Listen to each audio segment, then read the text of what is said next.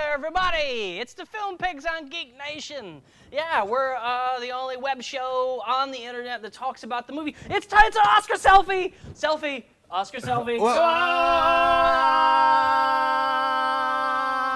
Least retweeted selfie ever. Let's go for that That's record. awesome. I'm your host for Film Pigs on GeekNation, Steve Skelton. I am here with fellow Film Pigs Todd Robert Anderson and Stephen Falk. And somehow Lupita Nyong'o's brother still got in that one. I don't even know how. It's weird. I don't even know he was there. But, he's just he was everywhere. so this is our show, and we're going to start off like we always do with a little popcorn. Popcorn! A little clinky clink. A clinky, delicious. Why'd you get? You got a large. Huh? I only got a small. I got a small. I'm the host. So let's start this show off like we always do with some rash judgments.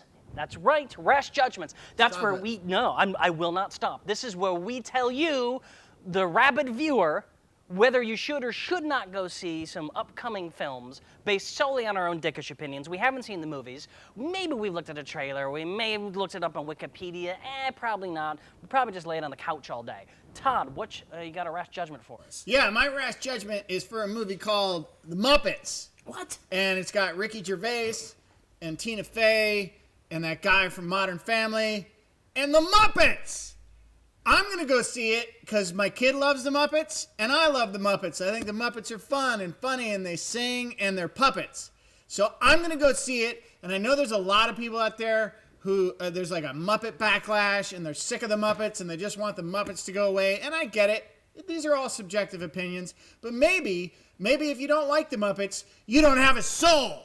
And maybe you should go to the Muppets and pretend you like it so people don't think that you've been body snatched.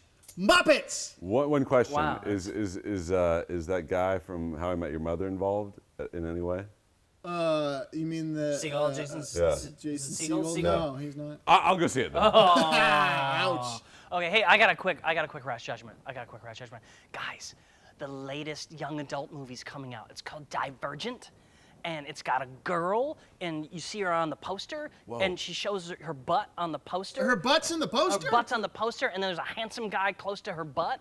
Shailene Woodley? Yeah, Shamsli, and it's in the future. think that's how you It's in the got future it wrong. where people are shoehorned into. Wait a sec. Are you saying this takes place in the fucking The future? near Wait, future. It wait. could almost be today. And in the future, are people categorized unfairly? Somehow into weird categories. Whoa. But this girl's like, but I'm not in a category. And then the world tries to destroy her, but she's so strong, you guys. I'm not gonna see this.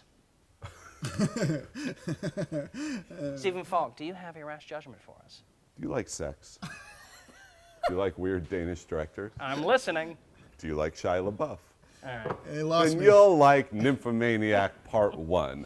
This is Lars Van Trier's... Volume 1. Volume 1. This is Lars Van Trier. Don't interrupt me, Todd. This is not what I'm talking about, sex. Sorry. Lars Van Trier's meditation on sex addiction and humping. It's got a Sarsgaard. It's got a LaBeouf. It's got a Gainsbourg. It's got a Thurman. There's apparently there was a lot of they actually had penetrative sex, but they were using porn actors, and then they CGI'd the faces and torsos of the actual non-penetrative sex having A and B and C list actors over them, so it looks like they're having penetrative sex when they're not. This is blowing my mind. Blowing your mind. It seems completely unnecessary. I've heard it's terribly unerotic. A Lars von Trier film is terribly unerotic? Perish the thought. Will I see it? Probably yes. All right. Because it's got naked ladies. Yeah, that's... And humpins. There we go. Steve loves humpins. Who doesn't love the humpins? So that was Rash Judgments, and I think they were all extremely successful, so congratulations all around. I thought mine was the best. Okay, Oh, well, wow. You did forget to mention that the movie's actually called Muppets Most Wanted. Oh, So maybe it wasn't exactly... that did lead me astray. That's a detail. A bullshit detail. Okay, well, this leads us into our next segment very seamlessly. Now, in the movies, they sometimes get a little out of control. Sometimes they need to be reined in. Right. Sometimes new rules New need to be rules made and regulations. and laws Okay. to kind of put movies in their Who place and might get do them that? back on the right track. Who might do that? Well, in the town of movies, there's the mayor. Oh, right, And the right. mayor sets the laws. Right. It's the mayor of movies. Roll it! Roll it! I am mayor of movies, and by these 2 laws I swear, by these I forswear. Rule number 1 from the mayor of movies, which is me, is all major movie stars involved in the Academy Awards from here on out have to show up to the fucking rehearsal. That way we won't have John Travolta mispronouncing names or have Kim Novak doing whatever the fuck that was. And in addition to that, all the actors who are nominated for things and the directors who are nominated for things, they've got to submit their speeches before the telecast, whether they're going to win or lose. They got to put their winning speech before a panel of judges, so we don't get any more of this shit about being a hero of yourself 10 years in the future. It doesn't make any sense, and it's fucking too self-loving. I don't care for it. As much as I like Matthew McConaughey, that was stupid. Rule number 2.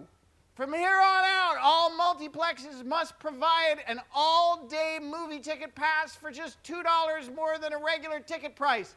That way I can go from movie to movie and not feel like I'm doing something illegal, which I would be if I was just sneaking in at the movies. But I don't want to sneak in at the movies. I just want to jump around from movie to movie, especially when one movie's bad and I want to just leave and go see something else. I don't want to have to pay for it. So I'll give you $2 extra and you let me see all the movies all day.